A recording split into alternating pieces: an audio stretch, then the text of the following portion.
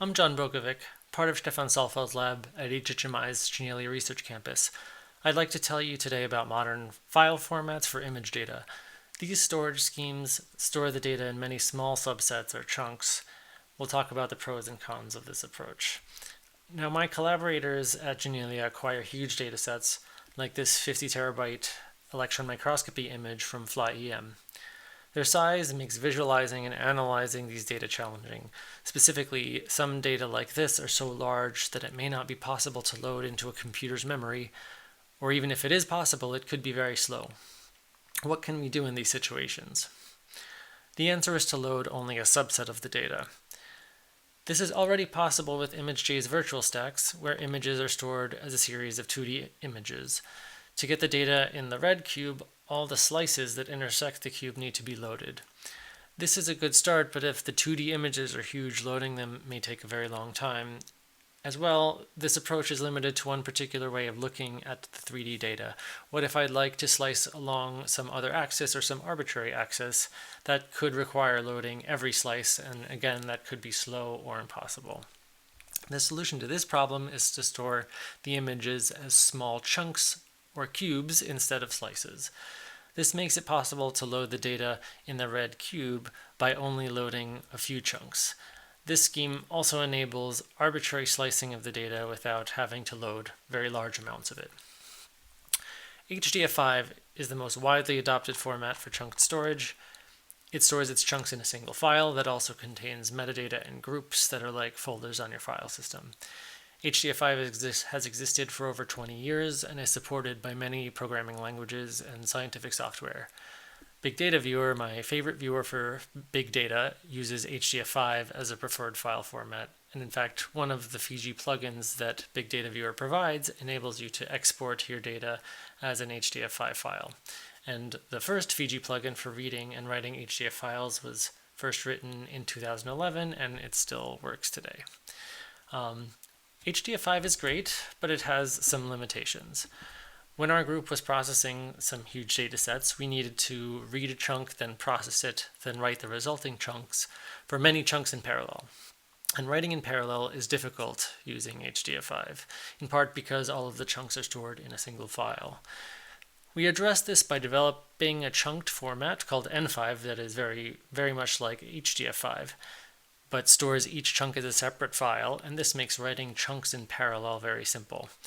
We wrote a software library in Java to read and write data to N5, and around the same time, the Python community developed a library and format called Zarr that addresses the same problem in pretty much the same way. Enable parallel writes by storing chunks in separate files. Now, I need to emphasize that Zarr and N5 are not competing standards. They're very similar, and this similarity benefits users of both. The Zarr Python library can read and write N5s, and the N5 Java library can read and write Zarrs. Here you see me write a Zarr dataset from Nepari's Python interpreter, and then read that Zarr dataset into Fiji. Next, I'll write an N5 dataset from Fiji, and then load it from Python and show it in Nepari. This interoperability makes Zarrs accessible from Java software through N5 and makes N5 accessible to Python through the Zarr library. So I'd like to emphasize next some trade-offs in deciding whether to use chunk storage for your data.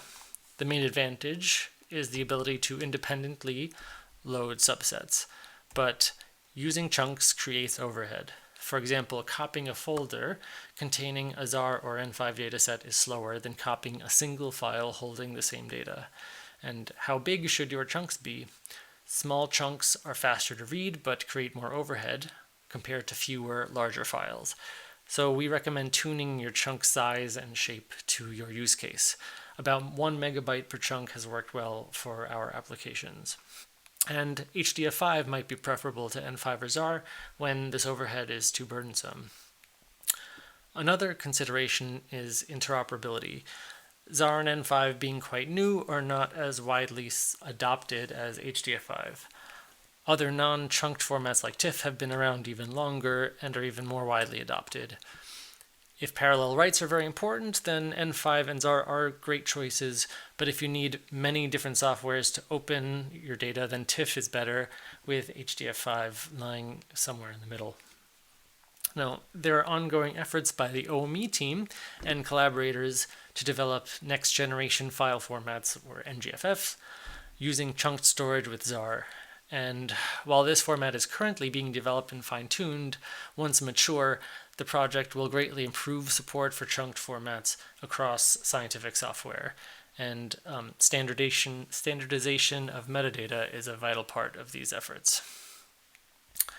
So speaking of the importance of metadata, in our group, over time, software has changed how it stores, for example, the pixel spacing metadata for images saved with N5. N5, like Zarr, stores metadata using JSON files, examples of which you can see here. And until a standard is finalized, we found it useful to convert metadata using small scripts, and we found JQ to be a nice language for doing so. Here are two simple example scripts for doing this conversion, and with a little practice, learning to write these isn't too difficult, and I find it to be quite convenient. A real example is an N5 export of that EM dataset I showed earlier initially didn't open correctly due to metadata differences between the plugin and what was stored, but I enabled N5 Fiji's plugins to apply these conversions on the fly through this dialog, so the plugin can understand the converted metadata and open the image correctly. So briefly for developers, N5 is an API, not a file format. There are libraries that provide access to different backends, like Zarr, which we've seen already, and HDF5, libraries for integration with ImageJ, ImageLib2, and BigDataViewer, as well as code for parallel processing with Spark and other utilities. And this idea makes it easy for the N5 Fiji plugin to open HDF5 files, as shown here. As well, you can see that the single HDF5 file can hold many independent array datasets at different paths in the file. In this case, BigDataViewer stored copies of the same image data at different resolutions. These lower resolution copies can be loaded and displayed more quickly than the highest resolution, and this structure is called a multi-resolution pyramid and is especially important when viewing large high-resolution image data. And I'll show another example now.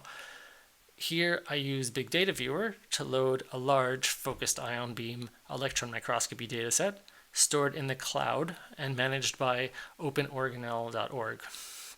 Notice that the image will open very quickly despite being about 250 gigabytes.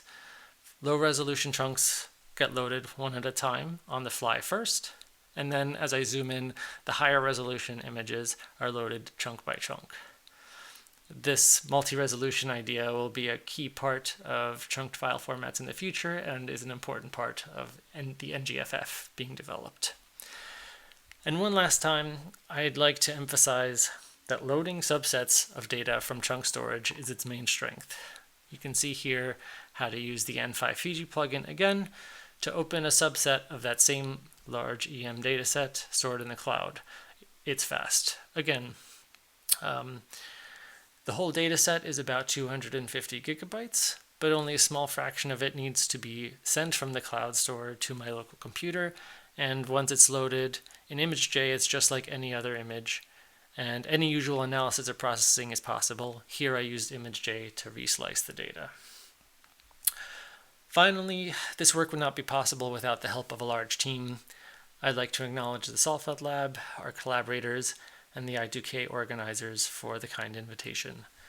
Thank you for watching.